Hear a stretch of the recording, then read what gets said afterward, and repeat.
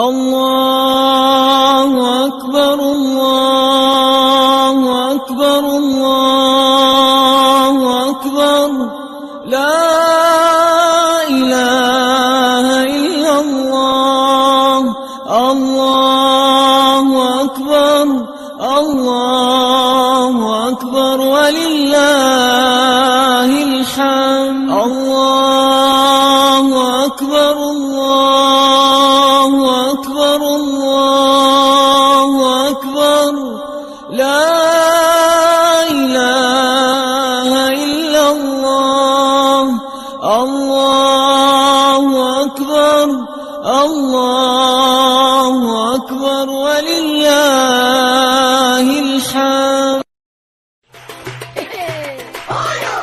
يوم جديد حبايب قلبي، وحشتوني من الفيديو اللي فات. ربنا يا رب يدوم عليكم اعياد اللهم امين. ما تنسوش بقى لا تحطوا اللايك للفيديو الجميل والاشتراك لو اول ما تشوفوا القناه بتاعتنا ان شاء الله، عشان يوصل لكم كل جديد مننا. بحبكم في الله، ربنا يا رب يسعدكم اللهم امين دنيا واخره. فيديو جديد ويوم جديد. طبعا الفيديو ده بتاع روتين اول يوم العيد، قلت كده اما اصوره لكم واشارككم كده يومي. هو اي نعم الفيديو نازل متاخر، بس قولوا رايكم في الفيديو ان شاء الله. اتمنى الفيديو ان يعجبكم حبايب قلبي، بحبكم في كده بقى. انا عارفه ان انتوا اصلا مشغولين بقى كده في الاعياد وكده، ما بتتفرجوش على اليوتيوب كتير، فقلت بقى ايه اشارككم كده يوم يا حبايب قلبي. اول حاجه بقى بعملها، قلت يعني الفيديو نازل متاخر، المفروض كان نزل امبارح، بس بصراحه انا ما كانش عندي نت وكده، فلما شحنت الباقه بتاع النت ومنتجت الفيديو وظبطته. طبعا اول حاجه كده بقوم اعملها ان يعني ممكن ابدا شغلي كده من حوالي الساعه 2 بالليل كده، بحيث ان انا على ما اخلص يكون خلاص ما عادش حاجه عن الصلاه، صحي ولادي بقى والبسهم، وكون انا كل حاجه معايا زي الفل. طبعا بقى زي ما قلت لكم اول حاجه كده عملتها كويت بقى الجلاب كده بتاع ولادي، ربنا يا رب يبارك فيهم كده اللهم امين، ويبارك في اولادكم جميعا. عندي بقى الثلاثه كنت ملبساهم كلهم جلاليب بيضه. في ناس بتقول انت شاريه كل الجلاليب دي، قلت لهم والله يا جماعه انا مش مشترياها يعني بصراحه، هما جايين لي كده هدايا كده من واحده جارتي واحده صاحبتي كده. احنا عندنا هنا يعني ايه في الارياف ممكن نلبس من ورا بعض عادي جدا جدا يعني، فانا بصراحه مش شارياها. هما دول جايين لي هدايا كده والحمد لله على نعمه يا رب كده اللهم امين. انا ودي ما اشتريش ابيض خالص لعيالي بصراحه، لان الابيض بيتلحوظ بسرعه وبيتبهدل. انا عايزه اقول لكم الجلابيه بتاع سلمان اللي هي الصغيره اول واحده انا كويتها دي ممكن ما عادش هيلبسها كده خلاص، من يومها بقى اتملت شوكولاته ووقع بيها كذا مره، وجينا بقى وكلنا وكان لابسها بصراحه بهدلها يعني. فانا قمت بقى اول حاجه كده كويت بقى الجلاب بتاع ولادي وبتاع زوجي برضو، بس هو ما جاش بصراحه صلى معانا يعني. انا كويت الجلابيه في الفاضي يعني، بس مش مشكله، هو على حسب ما بنكون بقى متعودين. هو ممكن يكون وهم صغيرين وكده ما تعودوش ان هم يقوموا يصلوا صلاه العيد، انما انا معوده ولادي على كده. فطبعا بقى الحمد لله كويتهم كده ولابسينهم وهم شايفين ما شاء الله اللهم بارك زي الفل وزي العسل. هنا كانوا بيقولوا بيضاء، طبعا المقطع ده كنت مصوراه وهم رايحين يصلوا صلاه العيد وهم لابسين الجلاليب وكده. طبعا بقى بعد ما كويت الجلاليب قلت بقى هجهز بقى الاكل بتاعي، بحيث ان انا يوم العيد بقى اي حد يجي له ضيف اهلي اقعد بقى مع ولادي كده براحتي، تبقى كل حاجه جاهزه معايا. واحنا متعودين برضو ان احنا بنيجي من صلاه العيد ناكل على طول. ما اعرفش انتوا برضو عاداتكم كده ولا لا، يعني احنا متعودين على كده. امي يا رب يديها الصحه كده اللهم امين هي وابويا كانوا معودين ان احنا بنصلي صلاه العيد ونيجي ناكل على طول.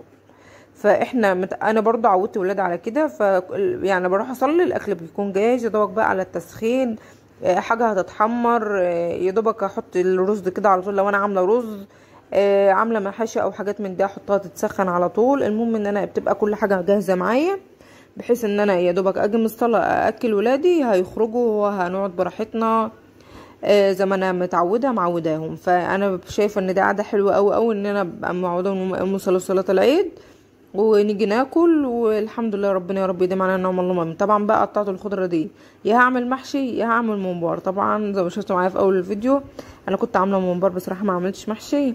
امي كانت جايبه 2 كيلو، انا كنت عامله في اليوم ده اكل ليا ولامي، كانت تعبانه بصراحه وما كانتش قادره تعمل خالص. قلت لها هاتي كده انا هعمل ليا وليكي، هخلص الاكل وهجيبه لك بقى جاهز لحد عندكم كده. فهي جت بقى اشترت 2 كيلو ممبار، كانت جايبه الكيلو ب 80 جنيه. قلت بقى ايه همسكهم كده بقى اظبطهم كده واروق عليهم. زي ما انتم عارفين بقى التسبيكه بتاعه المحشي بتاعتي انا ما عملت معاكم كتير قبل كده، ان انا ما بحمرش بصل، بعملها على طول بطماطم كده بزيت وبعمل بقى في الطماطم دي فصين من الثوم وقرن كده من الفلفل يسبكوا معايا. وبعد كده قطعت بقى الخضره بتاعتي زي ما انتم شايفين، والرز بتاعي كنت غسلاه، وبحط بقى البهارات بتاعتي، بهارات بقى مشكله، فلفل اسود، حبه قرفه صغيرين، كمون وكزبره، ملح، معلقه من السكر، ويبقى كده زي الفل. ولو عايزه بقى تحط بهارات لحمه حط، انا حطيت بهارات لحمه بصراحه لانه هو ممبار، فحطيت بهارات لحمه كده يطعم معانا وتبقى الخلطه معايا زي العسل. طبعا بقى حشو الممبار ده بقى على حسب ما بتكوني بقى انت متعوده بقى. انا بحشي على ايدي كده، في ناس بتمسكه تفر كده ورا بعضه على حسب بقى زي ما انت متعوده. انا ما بعرفش احشي لو هو على ايدي كده. وبرده ما نملاش الممبرايه معانا عشان خاطر ما تفرقعش مننا في قلب الشوربه بتاعتها وما تبقاش حلوه معانا. اما بعمل بقى التسبيكه بتاعه المحاشي بتاعتي، وبالذات كمان لما يكون ممبار كده بتبقى من غير بصل يعني متحمر، بتبقى حلوه او مسكره وما بتبقاش حاميه ولا حاجه، وبتبقى زي الفل. طبعا بقى انا حشيته كله. في ناس كتير متعوده بقى ان هي بتعمل محشي اول يوم العيد وكده، بس انا قلت بقى عيد لحمه واحنا ما عملناش لحمه، نعمل ممبار، نعمل حاجه من ريحه اللحمه كده. طبعا انا ما عملتش لحمه بقى. الجدب الموجوده بقى حبايب قلبي، انا كان عندي فراخ بصراحه، قلت لا انا مش هعمل. وكده كده ولادي اصلا ما لهمش تقول على اللحمه، بيقعدوا يقشروها لي ويفضلوا الفراخ يعني انا اصلا يوم العيد ده ببقى اخيرهم، يعني انتوا عايزين ايه تاكلوا ايه، فانا ببقى اعمل حسب طلبهم، فهم كلهم اجمعوا ان هم عايزين فراخ. قلت لهم خلاص ما فيش مشكله بقى، جبنا كده فراخ وعملناها. هعملها بقى بطريقه حلوه قوي قوي. قلت لهم هعملها بقى مش هعملها لا في شوربه ولا في حاجه، هعملها مشويه بقى كده في الفرن بطريقه جميله جميله جميله. وهم اكلوا منها بصراحه وكل اللي كلها شكر فيها، فكروا ان هي مشويه بره من كتر ما هي التتبيله بتاعتها بسيطه جدا وحلوه قوي قوي ومفيش فيها افتكاسات بصراحه. طبعا بقى جبت كام بصله كده محترمين وعملتهم بقى كده طرنشات كده زي ما انتم شايفين، وجبت بقى قرنين كده من الفلفل، ويفضل يعني لو فلفل احمر بيبقى جميل قوي قوي قوي في المشوي بصراحه. وطبعا هحط دلوقتي، هحط حبايب قلبي معلقتين من السماق كده، حلو قوي في تتبيله الفراخ لما يكون بقى البصل بالفلفل بس كده بصراحه، ومفيش فيها اي افتكاسات يعني اكتر من كده. حطيت بقى المعلقتين الصلصه اللي انا كنت سايباهم دول من التسبيكه بتاعه الممبار. هو يفضل يعني صلصه جاهزه وكده، بس انا حطيت معلقتين الصلصه دول بقى كانوا فيهم توم كده وفلفل، وكانت متسبكه حلوه قوي وكانت جميله. حطيت بقى ملح، وحطيت بهارات فراخ، وحطيت قرفه، وحطيت معلقه من المرقه الفوريه، وحطيت فلفل اسود، ومعلقه صغيره خالص خالص من الحبهان، ورشه من البابريكا كده المدخنه. ما حطيتش اكتر من كده بقى من البهارات اللي انا حطيتها دي. ان شاء الله لو عايزين اكتب لكم في صندوق الوصف اكتبها لكم برده. تتبيله جميله جميله جميله، جربوها في الفراخ صدقيني والله العظيم هتعجبك جدا.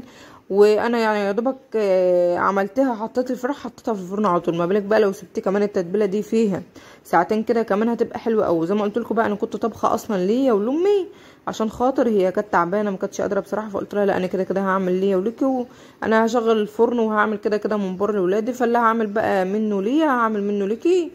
والحمد لله والله عايزه اقول لكم ان انا وانا بمنتج دلوقتي لسه ريحه الفراخ دي في مناخيري، انا حاسه ان انا لسه شامه ريحتها دلوقتي.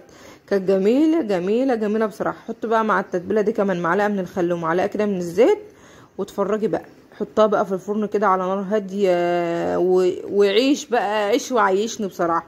هتطلع معاكوا احلى تتبيله فراخ كده، ويطلع معاكوا اطعم فراخ هتدوقوها ان شاء الله. طبعا بقى حطيت حله كده من الميه تسخن معايا عشان خاطر بقى اسلق الممبار معايا كده زي ما انتم شايفين اهوت. كنت حشيته كله، وزي ما قلت لكم ما تملوش قوي عشان خاطر ما يفرقعش منكم او يفض منكم في الشوربه وكده. حقيقته بقى الشوربه بتاعتي دي بالملح، وحطيت ورق لورا وحبهان وحبهان وقرنفل.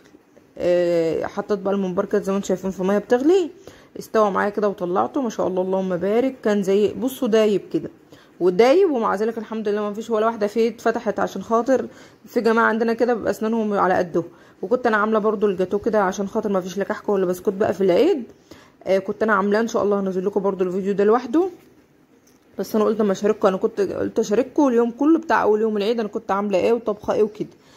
طبعا عملت بقى كوبايه من الرز كده البسمات عشان خاطر بقى الفراخ. وعايزه اقول لكم ان الحمد لله الكوبايه ده قضتنا وقضت امي يعني، عشان خاطر هو كده كده اصلا العيال ما بتاكلش يوم العيد، وما كنتش مكتره، انا كنت عامله حبات حبات كده على قدنا.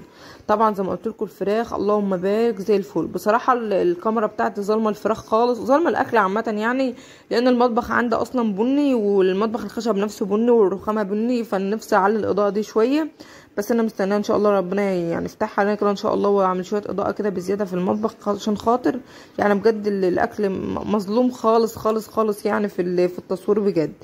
مفيش الا الشوربه طالعه هي اللي مية مية. هنا بكر بقى كان مستني الاكل، وقولوا رايكم بقى في الفيديو النهارده. عملت ممبار وفراخ ورز بسمتي، وجبت كيس شيبسي كده